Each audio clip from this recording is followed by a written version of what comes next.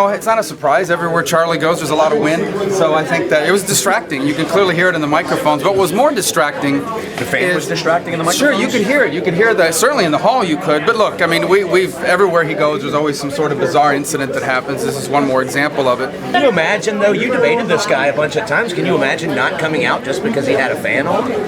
Well, as you saw Governor Scott say, it wasn't clear he was even going to show up. When I got here today for this debate, I was told that Charlie Crist was going to cancel the debate because unless there was a fan on that stage, he would not come out. So I think the Governor Scott was waiting to see if Charlie would actually pull that off or not. We had a similar incident 4 years ago when Kendrick Meek, the Democrat, complained about the fan because of how distracting it was to have it there.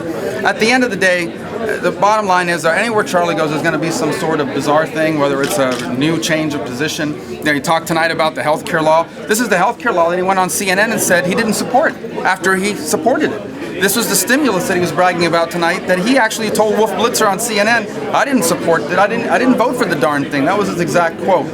So the state of Florida cannot afford to elect to its highest office someone who's unreliable, whose only interest is in being in office and winning elections. But how can you say that Rick Scott was waiting for Charlie Crist to show up if he was on stage a few minutes before Rick Scott? When I arrived here tonight, I was told by multiple sources, including organizers of the debate, that Charlie Crist was threatening to pull out of the debate if he didn't have a fan on stage.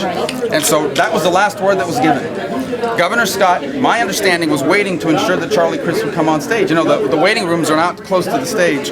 Charlie Crist suddenly appears on the stage, and then Governor Scott came. But as we got to the 7 o'clock hour, well, I knew Governor Scott was going to come. He was the one that was threatening to cancel the debate if he didn't have a fan. Governor Scott kept Floridians waiting, Senator. How bad does it look for Governor Scott? For whatever I think the bottom line, what looked bad was this bizarre incident tonight where Charlie Crist insisted on ignoring the rules of a debate, just like he's ignored the rules time and again when it comes to telling the truth about what he stands for on issue after issue. How does this make us look nationally? In terms of the beginning of this debate? Well, the beginning of the debate took him 2 minutes. That debate had 58 minutes of debate. You know what the headline is. Well, I think it makes Charlie Crist look bizarre. But he's already viewed. But the announcement was that Rick Scott's not coming out.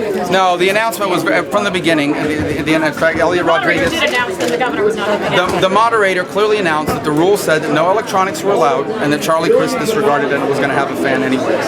And if you listened in the hallway, you could keep hearing the wind blowing into that microphone. Whether it was when Charlie Crist was talking or whether the fan was blowing, there was a lot of wind coming from that podium. Senator, these are grown men, and we're talking about a fan. I mean, come on. One of them wants to be the governor of the state, and there was a debate tonight. Governor Scott came and had a debate. Understand that Charlie Crist, as of 6:45 tonight, was telling people he would not debate unless that fan was there. That was the understanding that Governor Scott was left with. But at the end of the day, when he took the stage, what he did tonight is talk a lot about what he did or said he was before, but in fact, his record as governor does not bear it out. He was an unmitigated disaster as the governor of Florida. I cannot imagine us going back to where we were in 2010 under his failed leadership.